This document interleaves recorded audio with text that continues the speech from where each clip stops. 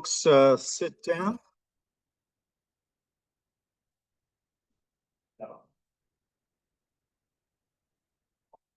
Morning, everyone. Thank you for joining us here at Green Mountain Technical Center, and also thank you for joining us on Zoom. Welcome to the Business Emergency Planning Workshop. My name is Rich Smith. I'm working with the Lamoille Planning Commission with a bunch of the folks, the regional development corporations and other planning commissions in Northern Vermont to look at ways to help businesses create resiliency for future flood problems.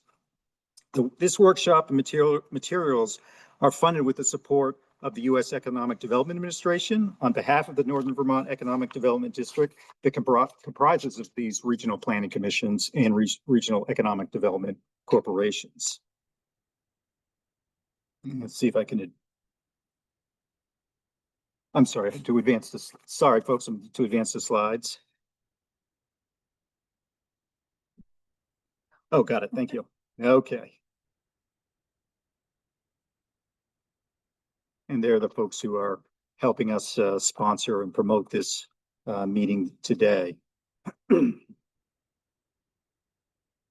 Okay, we're here this morning to give some information on ways to begin creating a plan for flood emergencies before these weather inevitably turns from our drought conditions back to rainy conditions. We know, unfortunately, will soon be on us. We're going to go through a workshop with a couple experts. You have a booklet, either if you're joining us, a booklet in front of you, a work booklet at home, or at your Zoom call. You were sent a booklet, so if you could please get those booklets ready, because that's the materials we're going to walk through through the next hour or so.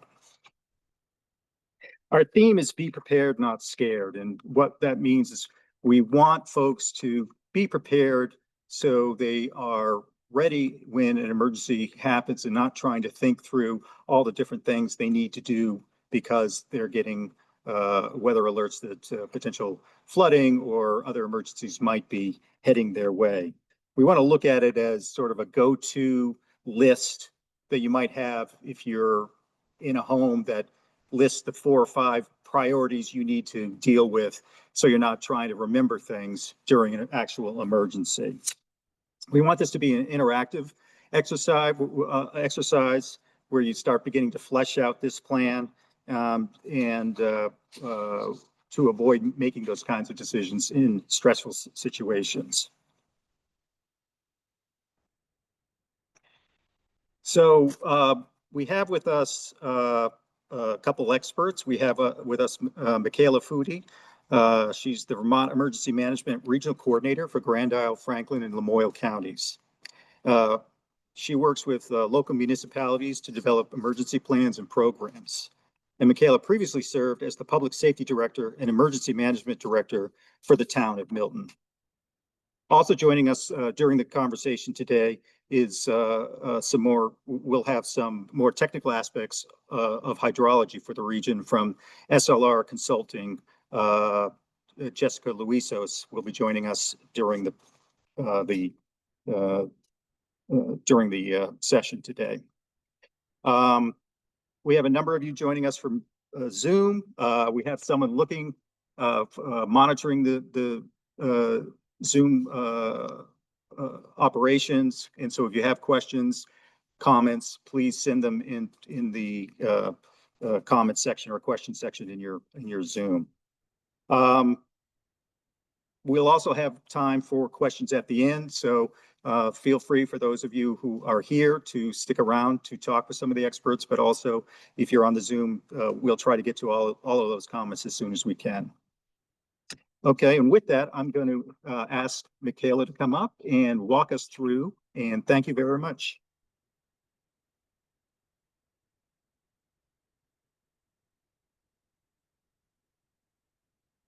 Good morning, everyone. My name is Michaela Foodie. I work for Vermont Emergency Management. This session today is focused on flood preparedness for businesses. The document that we're going to go through is focused mostly on preparing for flood emergencies. However, there are very similar aspects in preparing for any emergency that can be transferred to any other emergency plan that you might go on to create. So just a little bit of background on emergencies. This is a very colorful graphic. It's a little bit technical, but basically everything is a cycle. We prepare before a disaster happens. When the disaster happens, we respond in kind to what is happening, and then we have to recover from it. And then after our recovery, we go right back on to being prepared. And by doing that, that could mean that we mitigate the hazard. So making sure that we've done the things that we could do to prevent the same hazard from affecting us in the same way. And doing other preparedness activities like making a plan, or training your staff to better respond to the inevitable disasters that are going to happen. Today, we are focusing on the preparedness phase of this cycle. So by putting a plan together, we are hoping that a little bit slower than I want it to be, but that's okay. That was supposed to be a seamless transition, by the way. We're hoping that this plan will allow you to do all of these things. And when an emergency happens, time is precious. So if you don't have to think about what you're going to do, if you have thought about that prior to an emergency happening, then you can respond quicker and with more surety in what you're doing. You can avoid making decisions during high stress situations, and actually protect the assets that you know you have to when the disaster strikes.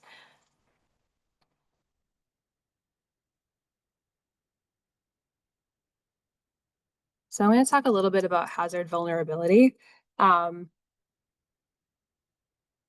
When we think about disasters that can happen in Vermont or in your specific town in which your business resides, we want to think about how that hazard is going to impact the humans in your business, you, your staff, family members that might live in the same town, and the people that are visiting your business if you have customers. I know that there are a few daycare in here as well. So your students and the families that send your students to your daycare. The property impact. If you have a business that has inventory, where are you storing that inventory? And if a disaster happens, is it, are you going to lose it? Is it a inventory that is not on site, but your staff is on site? Are there any physical losses or damages to your building that you might be vulnerable to? And then your operation impact. If you have damages to your inventory or your staff or your building, how does that affect your operation? Is your operation vulnerable to this disaster because of the human impact and the property impact that has happened because of it? We're going to talk a little bit in a couple of slides about how you make a decision about what you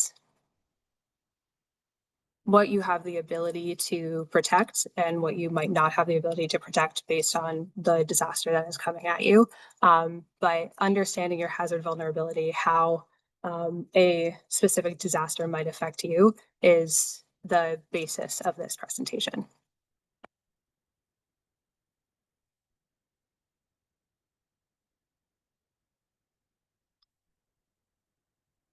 So the document in front of you is going to help us work through how to create a plan so that you can respond to a flood emergency for your business. There are multiple different sections of this plan. And as I said before, if we create this plan now, we can pull it out and use it in the time that the disaster happens, so that you do not have to work through all of these things in the moment. So we're going to talk about some specifics before we work on the specific sections of the plan that relate to them. So we are going to be flipping back and forth in this document. I do want to preface, you are not going to leave here today with a fully fledged emergency action plan for a flood emergency. This workshop is to help you work through this document and think about what you might put in your emergency action plan when you have the time, the meetings, when you're actually sitting down with your staff and putting together this document. When we prepare for emergencies, we're thinking about where we're getting our information from. In the state of Vermont, we have something called VT Alert. It is a subscription service. You can sign up for it on the Vermont Emergency Management website, and emergency managers in the state have the ability to send alerts out to subscribers in their area. So if your town has a VT Alert manager, they might send you information of emergencies that are happening in your town with more up-to-date and local information than you might otherwise get from statewide news or statewide messaging that is coming out. River gauges can help us learn where. I'm actually going to let somebody else talk a little bit about hydrology and river gauges, but river gauges are a resource that we can use to gauge exactly how much water is coming down the river and how it's going to affect us when it gets to you. Radio and TV channels, yes. General public tap into gauges. Yes. The National Weather Service or NOAA has a publicly available website where you can monitor the predictions and levels of the river gauges. There is only one at the moment on the Lamoille River, which is the watershed for the majority of the businesses in here. But I'm going to let Jessica talk a little bit more about that, which is actually a good time to do it right now. Yes. Yes, it is. Okay, so I'm a river engineer, water resources engineer. Yes. Yes, I will do that. I'll stop talking until I'm in the right spot. Right. Just press down and it'll move. Perfect. Okay, so I'm Jessica Luisos. I'm a water resources engineer. I work for a company called SLR Consulting. So my job as a civil engineer focused on hydraulics and hydrology is to understand rivers and to be able to help people like you understand kind of what's going on with flood patterns in critical locations like your businesses. So essentially, we have been working with NVED and the regional planning commissions to create a hydraulic model. This map shows kind of the extent of the hydraulic model. It goes now through Hardwick all the way down to Georgia along the main stem of the Lamoille River, as well as some of the tributaries. So, just a little zoom in one area. Basically, what we did was we took a whole lot of data that us engineers are excited about, and maybe other people aren't, but it combines elevation, bridge plans, buildings, what the land is doing, so we know how much runoff is getting to our rivers in certain locations, and figured out the hydrology so that we understand during different storm events kind of what kind of flooding you might expect at different points in the river. And it's quite technical, this computer model that looks at the Lamoille. And this is just one little snapshot of one location where you can imagine if you're looking down the river in this particular location, the blue area at this particular storm is the area covered in water. And in this particular location, the buildings are high and dry and safe. And that is not always the case in all of our spots. So the model is built on the terrain, our land elevation. Here it's color coded with the river kind of being blue, higher elevations, kind of a gradient of color above that. So it tells us all about what's going on with flooding.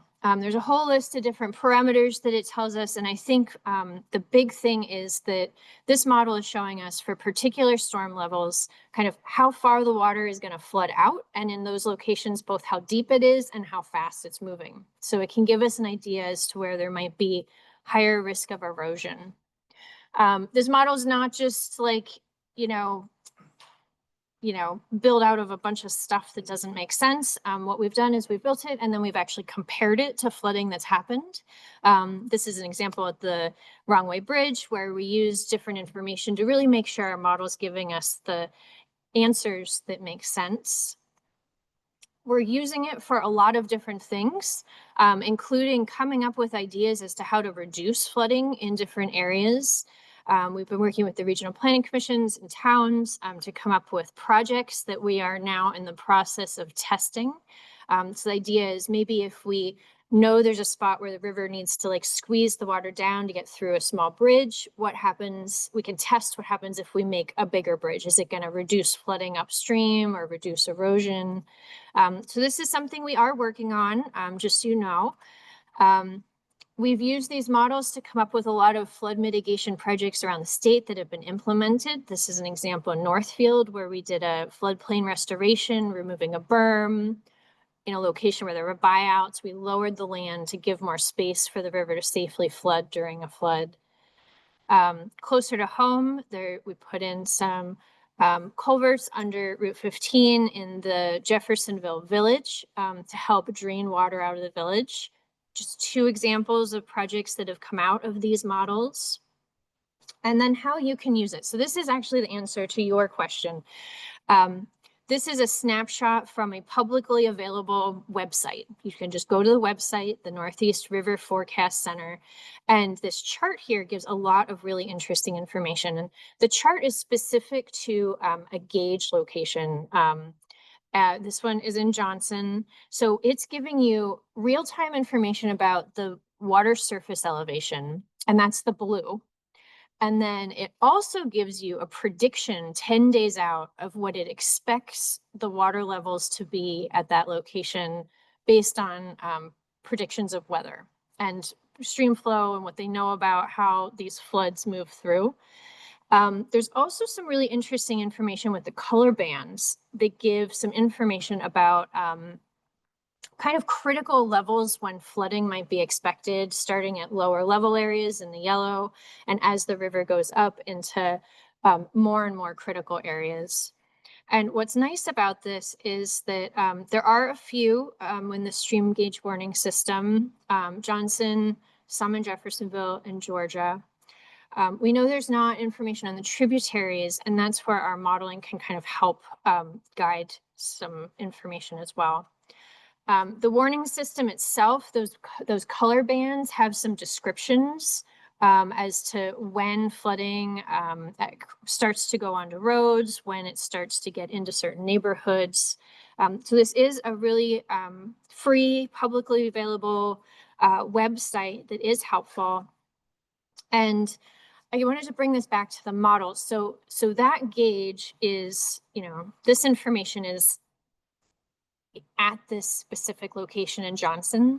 So what we can do with the model is to help you as a property or business owner kind of relate this particular gauge location to your location along the Lamoille, as long as it's within the model area. And we have the entire main stem modeled and a few other tributaries. So the idea is, I'm just going to flip through a couple of examples. So this is the 5-year flood, the 10-year flood, the 25-year flood, the 50-year flood, the 100-year flood, the 500-year flood. So we have this information to start to understand like when it is that there's maybe a critical step that you need to take Maybe it's when it starts to get to the 10-year flood, you know that your driveway might start to get flooded, someone might get stuck in the business. You know, that's one scenario. If it looks like it's getting up to maybe a higher level of flooding, you know that it might start to come maybe into a building. That's a time when you might want to start to barricade entrances. So,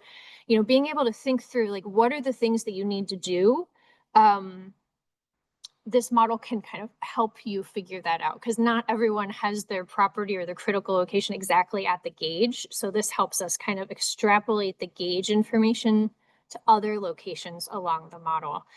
So I think this is a really great tool to be able to relate kind of that publicly available website to what's happening or might be expected at your particular location. So that was as much as I was going to do now, just to kind of let you know. I don't know if Seth or someone else wanted to. Interested on giving this information. Contact with your contact. You know, I think that was the question. Would it be Lamoille County Planning Commission? Would that, So, do you, I don't know if you need to come up here because there's people online too. So Seth Jensen from Lamoille County Planning Commission is going to come answer that question.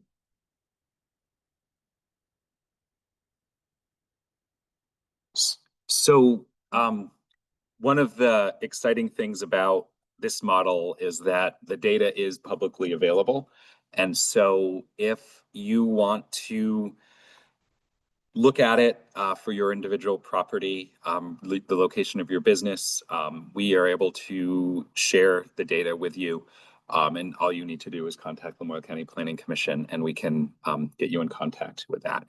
To actually manipulate it, it's a little more complicated than that, but for viewing, it is absolutely something that we want to provide as much opportunity for businesses and other members of the public to do. All right. well, I think on nights, would be 2023. What was that said? With the, and can I ask you a repeat question? Yeah, so they were asking, you know, I just showed these different flood levels. Like this one shows the 500-year flood. This one shows the 100-year flood. So what was the flood of 2023 in July? We think it's around a 200-year flood in most locations, but it does vary depending on kind of if you're on one of the tributaries or if you're on the main stem, but that's what we were estimating.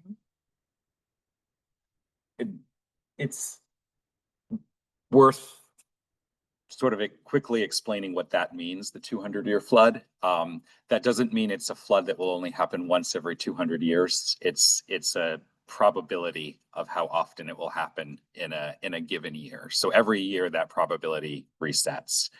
I'm sure there's high school statistics teachers who could explain that better. But that doesn't mean we get to wait 200 years to experience a flood of that scale again. Just want to make sure that's understood. Yeah. Give it back to. Yeah, we'll turn it back over to our host.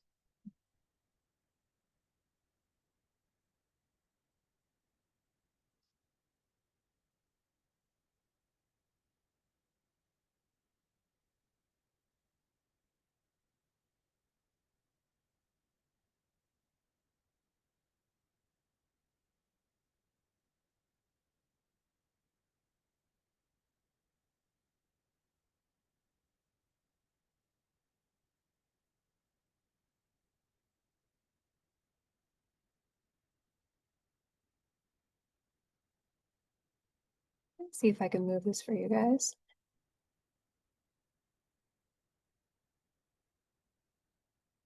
Oh.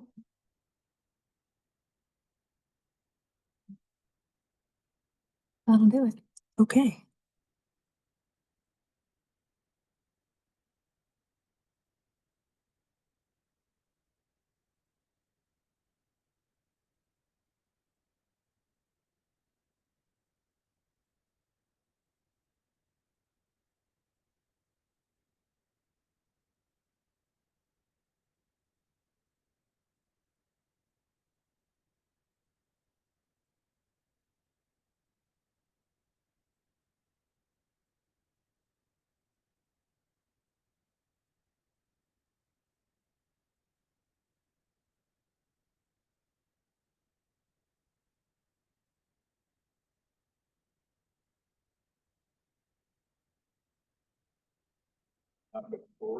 Here we go. Sorry about that, guys. All right.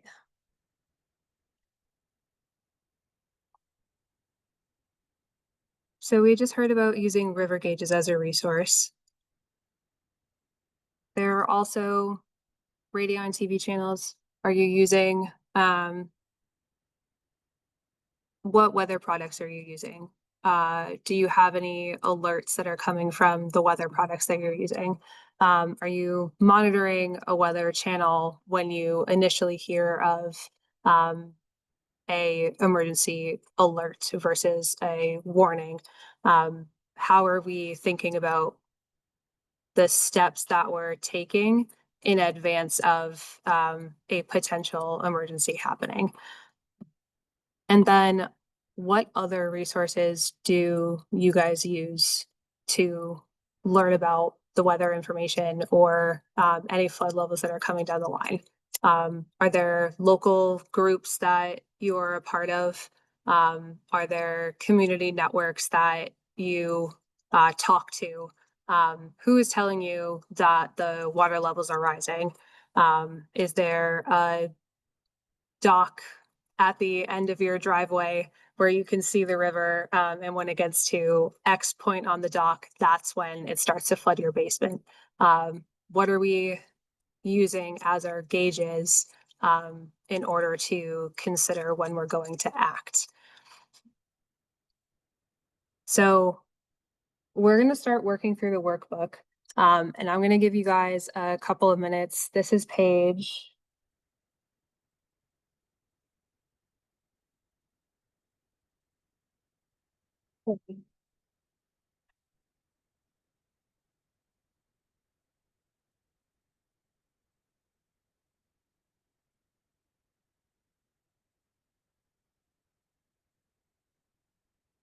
I'm just going to give you guys a couple of minutes to think about what you use to gather your weather information. I'd recommend writing down the NOAA website for that river gauge, and then recommend signing up for VT alerts so that you can get information from your local emergency managers if they use it, and things like the National Weather Service. Anything that you guys can think of that you're going to use to look into or later use when you're working through this plan.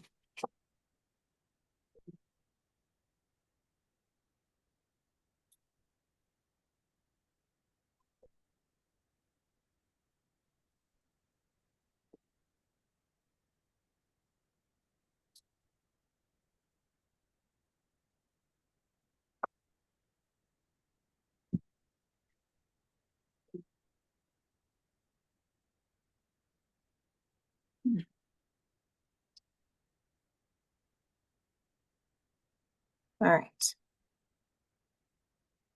We're going to flip on to the next page, page 5. Now we're going to think about what are we going to save? If you know that your basement is going to get flooded every summer, if you know that your business has a high watermark from the last couple of years, what is in the way of the water coming into your building? What do you know that you need to move in order to prevent it from getting damaged? What inventory would you want to keep if you had the time to move it? And what inventory are you okay with? I wouldn't want to say letting get destroyed, but inevitably not prioritizing as your top priority in moving.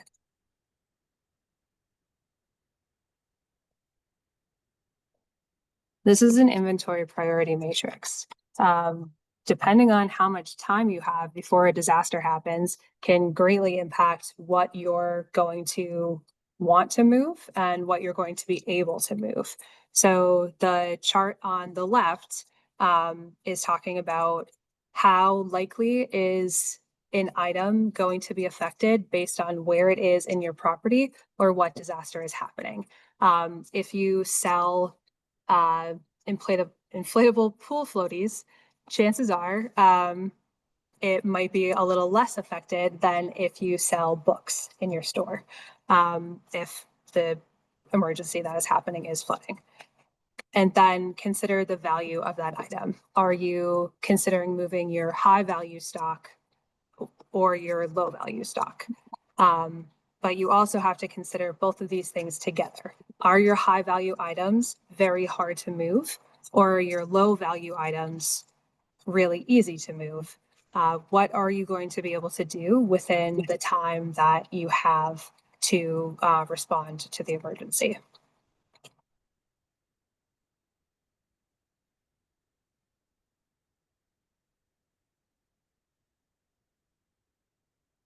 So after you consider your inventory priority matrix,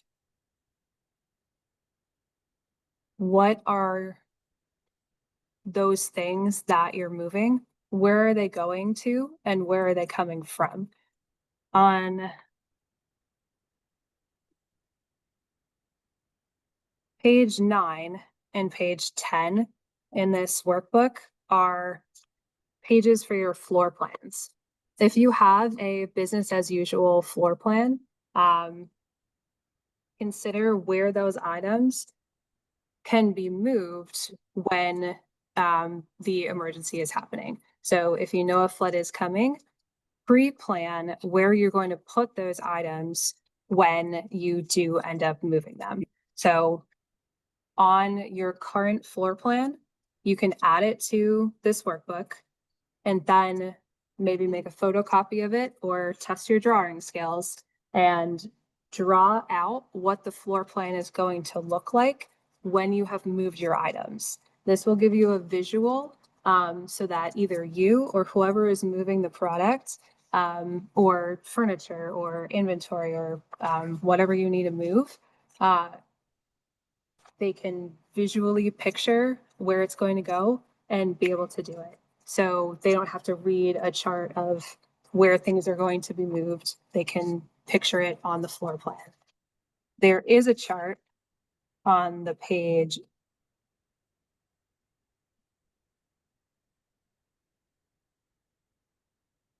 8 where you're going to list that inventory that you're going to move.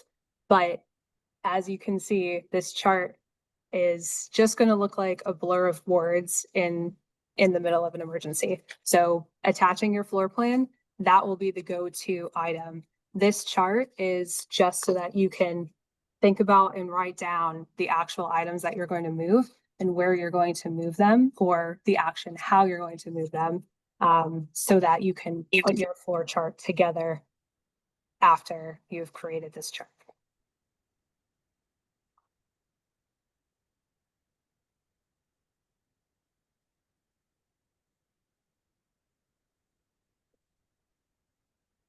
At the very end of this workbook, actually, it's not the very end, it's very close to the end. After all is said and done, after you've thought about what you need to move, where it's going to go, now you need to think about who's going to help you move it. Do you have people in your community that you trust, people in your community that are potentially not going to be affected by this disaster that can help you prepare? Who, Ghostbuster style, who are you going to call? There's a list at the back of this workbook for you to write down that contact information. This is not in agreement with those people saying, hey, if a flood's coming, it's written in stone, you're going to come help me move my inventory. This is just a list of people who, if you don't have access to your phone, if you're on vacation and your workers need access to a list of people that they can call, this is written in there for them. So all they have to do, pull this plan, start calling phone numbers and relaying information. When you have to move these items, if you have additional staff, you can assign people tasks based on their skill sets. So as we move through this document, we'll talk about how to divvy up those tasks, but I want you to think about who you have on your staff or who you have access to that you might assign certain tasks based on what their strengths are. Do they have physical strength? Are they able to move the big items? Do they have leadership skills? So they might not be in a leadership skill at your business, but if a disaster happens, they're putting on a different hat. They are now gonna lead the organization of who's gonna move what and when. Think about the assets that you have of the staff that might be on site during an emergency.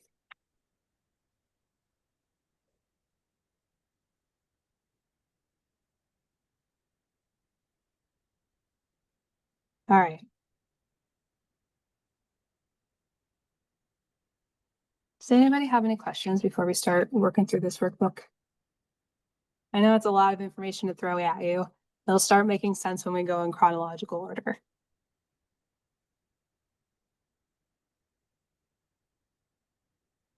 All right.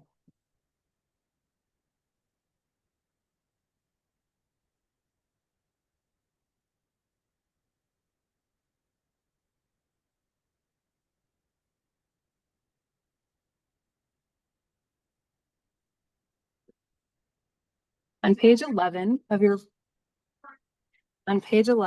workbook, there's a decision tree.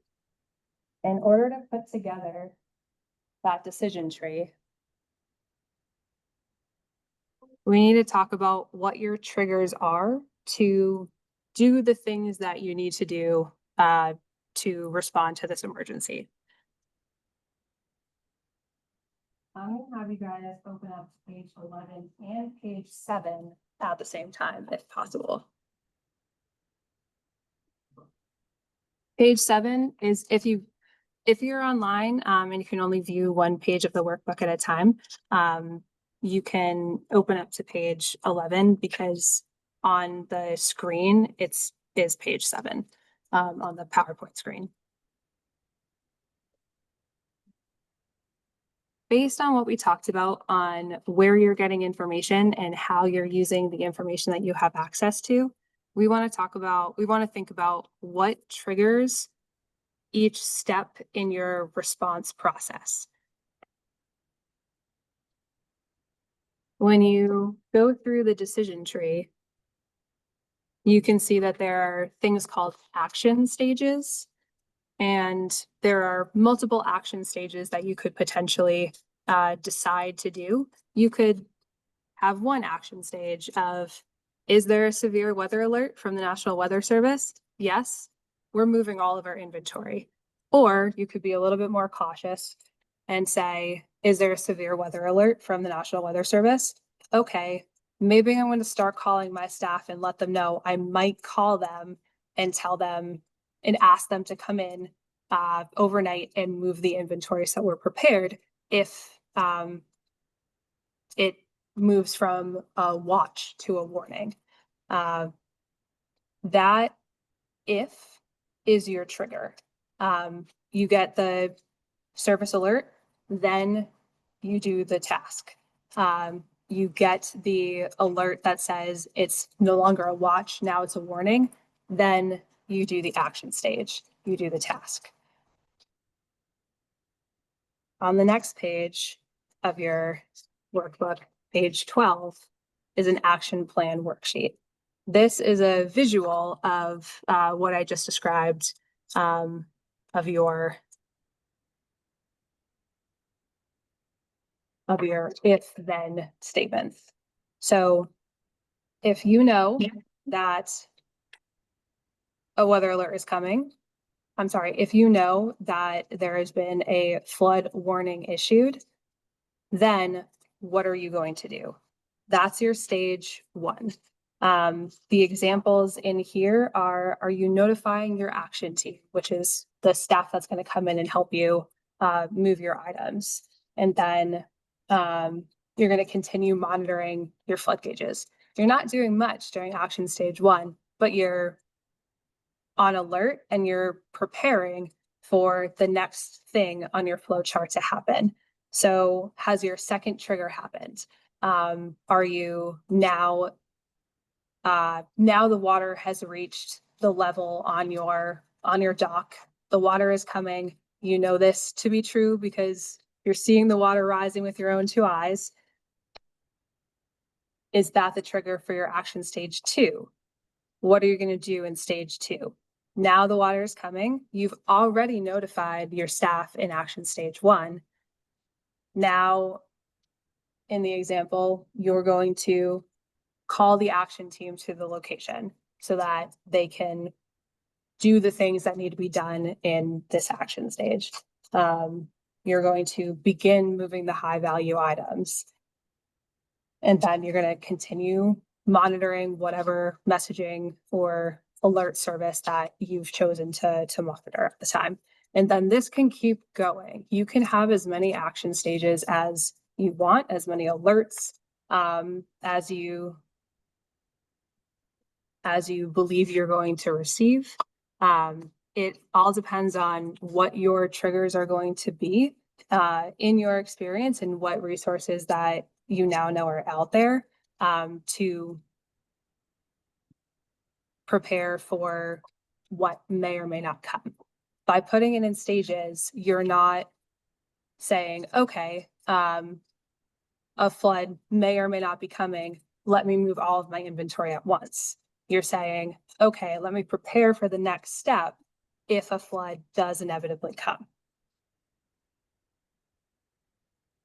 Does anybody have any questions about the decision tree and the action stages? Yeah, Seth. Just to share an example from the 2023 flood, Yeah, please. and like this, I don't think that. Do you want to come up here? Yeah.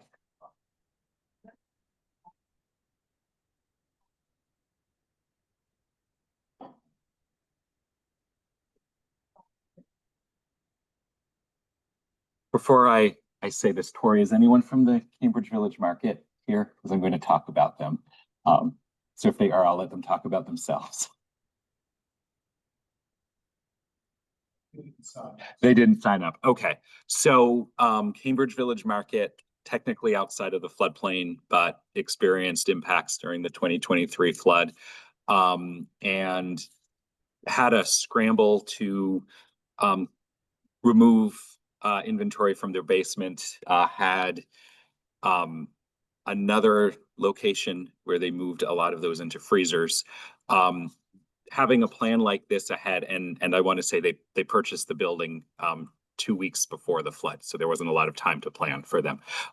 But using river gauges or modeling or such to have more warning of when you would need to mobilize an effort like that, having places identified and secured ahead of time, all of those things would mean less stress, less scramble, and more time and energy to just implement and do what you need to do. An example of the flood. So that's what we're providing these resources for you all to think about. I know a lot of you are probably thinking about droughts and tariffs and other things right now. This is to help free up some time when you do have to make those tough decisions, and so you're not guessing about where your inventory might go or what the risk to your facility might be. So thank you.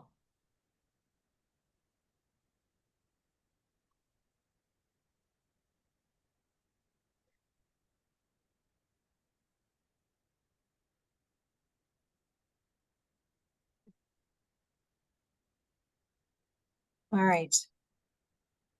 As this is a workshop, we are going to start workshopping a plan. We're going to start on page 13 and work through almost the end of the booklet. I'm going to give us a couple of minutes for each section. I'm going to walk through it a little bit and then give you some time to work on it. We'll come back and talk about any questions you might have. And feel free to ask questions while you're individually working on your plan. But let's start with stage one. Sorry. Oh, I'm sorry, page 13. We are starting on stage one. On page 12 is the example of a potential emergency action plan. What, based on your business, what do you eventually want to accomplish if you are preparing for an emergency?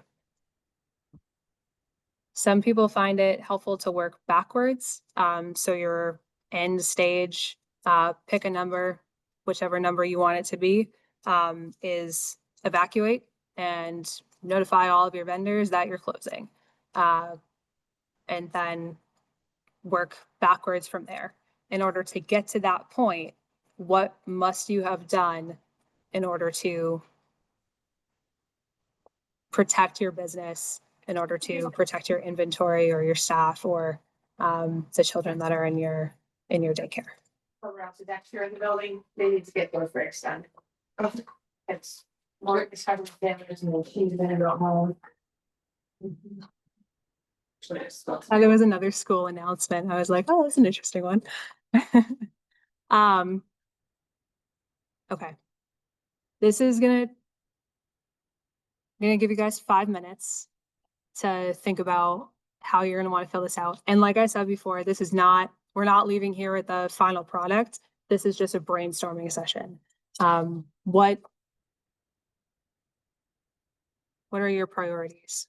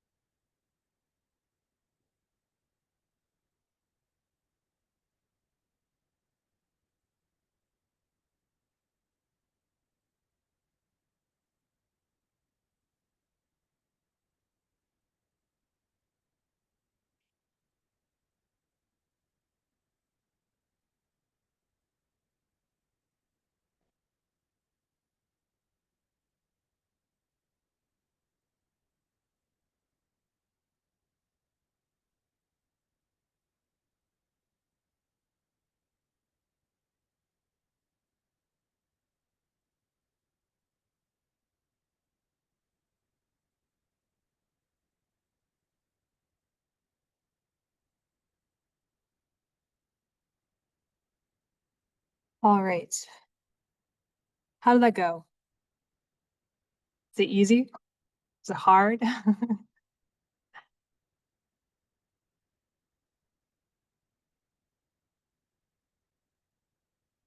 I think this is going to be the hardest part. In concepts, you put your chart together.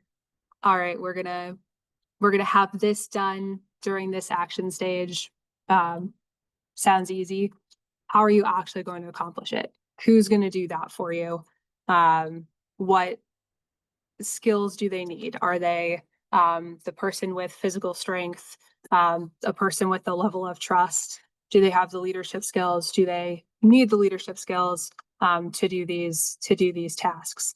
There are multiple pages in your workbook, starting from here, starting from this page. Sorry, page 14. Thank you. I keep shuffling my papers and it's definitely not helpful for you guys.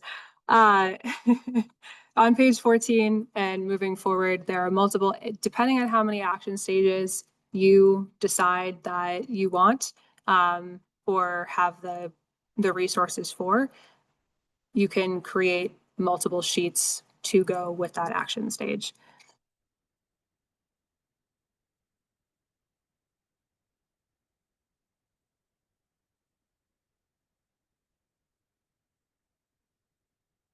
Remember when I said you want to have all of the information at your fingertips?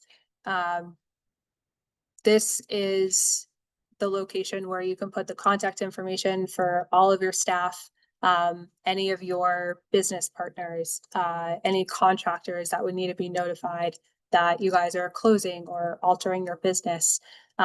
Maybe your delivery drivers to tell them, hey, we're not going to take a delivery tomorrow because we don't know how bad the damage is going to be, or we don't even know if you can get here because there might be a flood. This sheet is only as helpful as you make it. And it's also only as helpful as you update it. So if you have outdated contact information, 2 years from now, when you go to pull this plan, might not help you.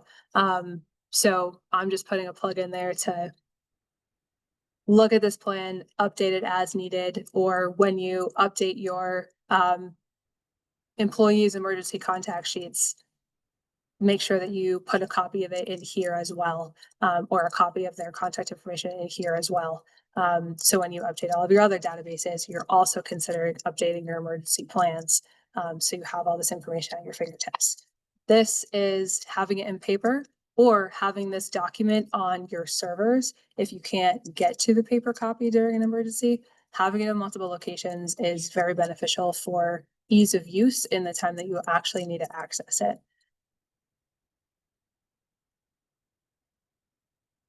And then this contact information is for volunteers and support. Do you have a neighbor down the road with an ATV that can come help you move things out of your location? Do you have relatives in the area that can help you with your business if they have the day off of work? Think outside the box. Like I said before, this is not a list of people that are contractually obligated to help you in an emergency. This is just the list of people that you might be able to rely on in times of issue. So having a long list of people, again, updated so that you have access to it. If you lose your phone in an emergency, if the cell towers aren't working and you can't pull up your information, do you have their address? You can go knock on their door.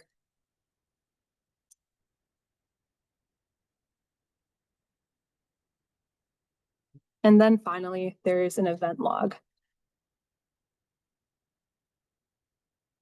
When we keep track of what is happening, it is easier for us to describe to other people what has happened in the past.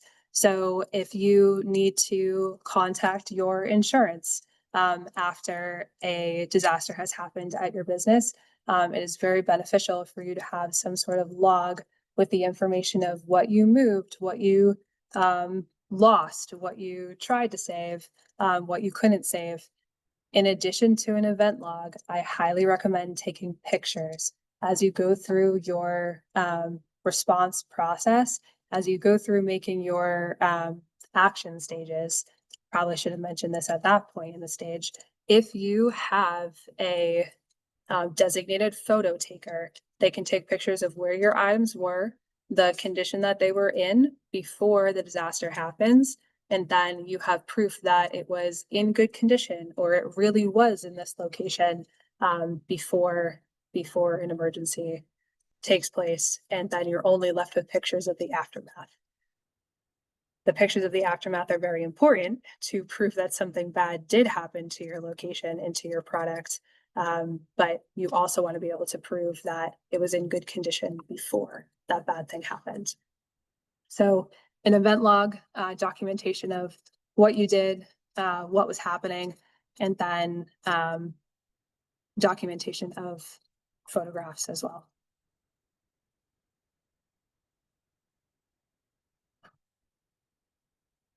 At the very end of the workbook, the last 2 pages are a flood preparedness checklist for businesses.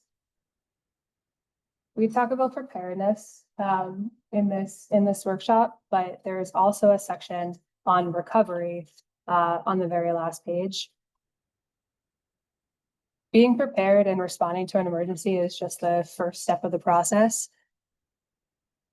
Actually recovering from it is probably the thing that's going to take you the longest time and the most effort after a disaster happens. If you can do as much as possible in what emergency managers call blue sky days, and days when emergencies are not imminent, to prepare, it makes your recovery a heck of a lot easier when you're recovering from a disaster. That is the workbook. If you guys have any questions, now's the time to ask. But like I said, this is just the start of your plan. I recommend you all go forward and talk with your staff at your businesses. Sit down and work through this workbook in chronological order together, taking the information that you learned here today to better adjust your decision making in advance of an emergency. Let's see that on there, but there's a long comment that might be helpful to read out loud. Okay.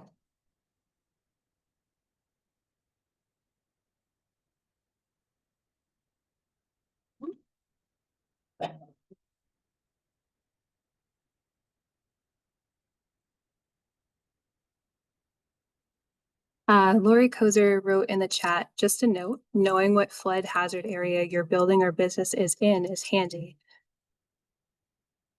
Sorry. Knowing what flood hazard your building or business is in is handy. You may qualify for NFIP or it may be required. NFIP is National Flood Insurance Program.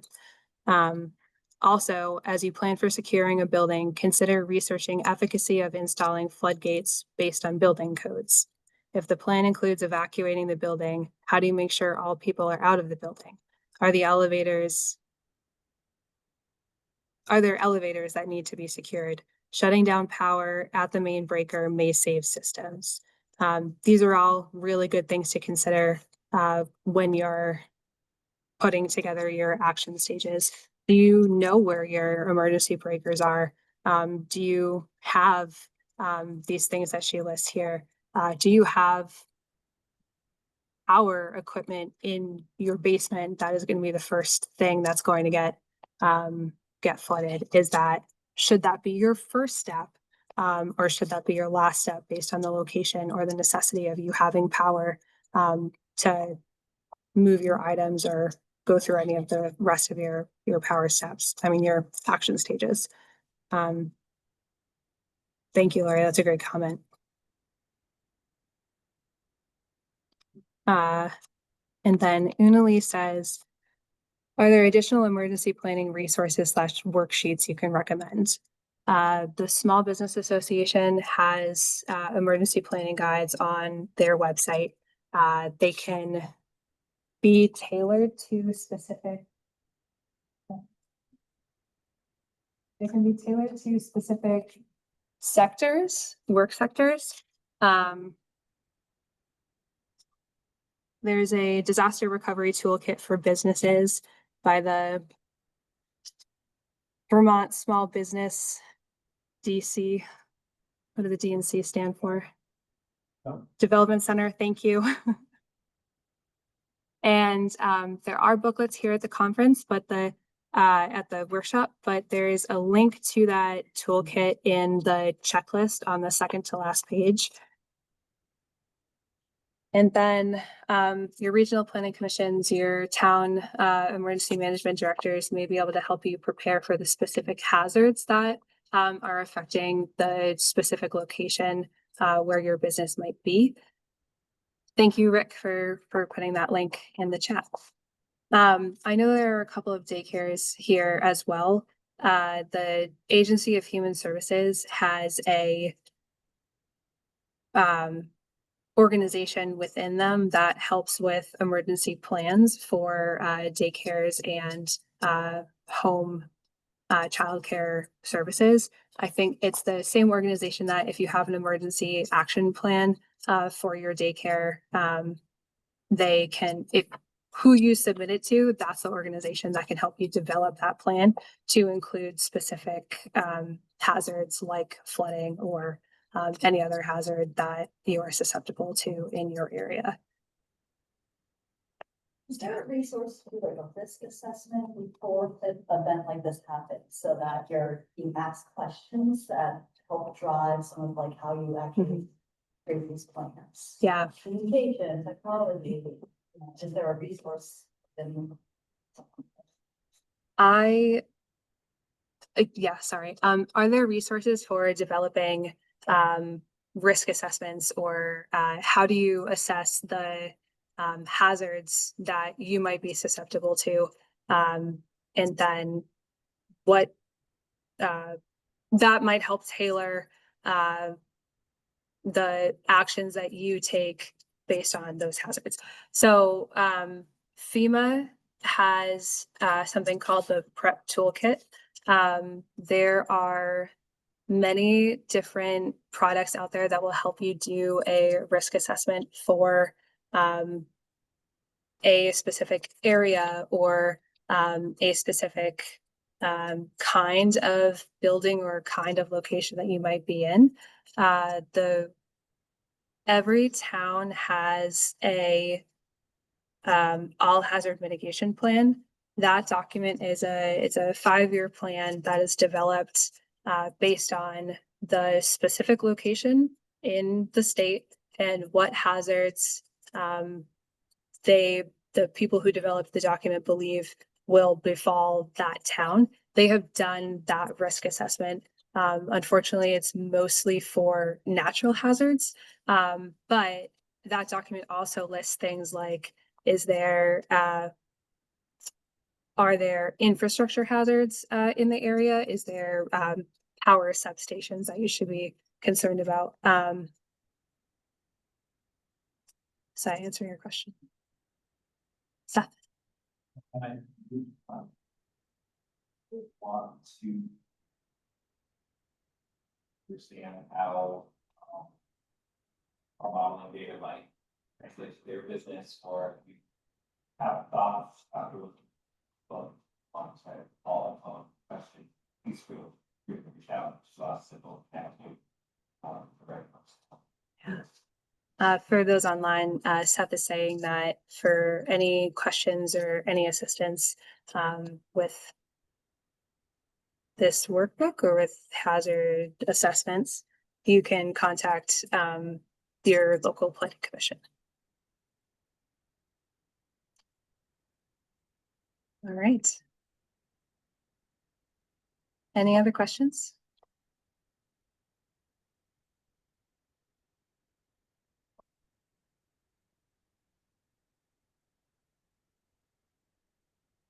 Okay, great. Thank you. If there are no further questions, thank you very much, Michaela, and thank you, Jessica, for that information, Seth. So again, as Seth mentioned, the Lamoille County Planning Commission, feel free to contact them. They can get in touch with me or others who have resources, either if you need copies of this information or if you're interested in talking as a business about your specific flood site issues. That's something that I think could be quite helpful going forward.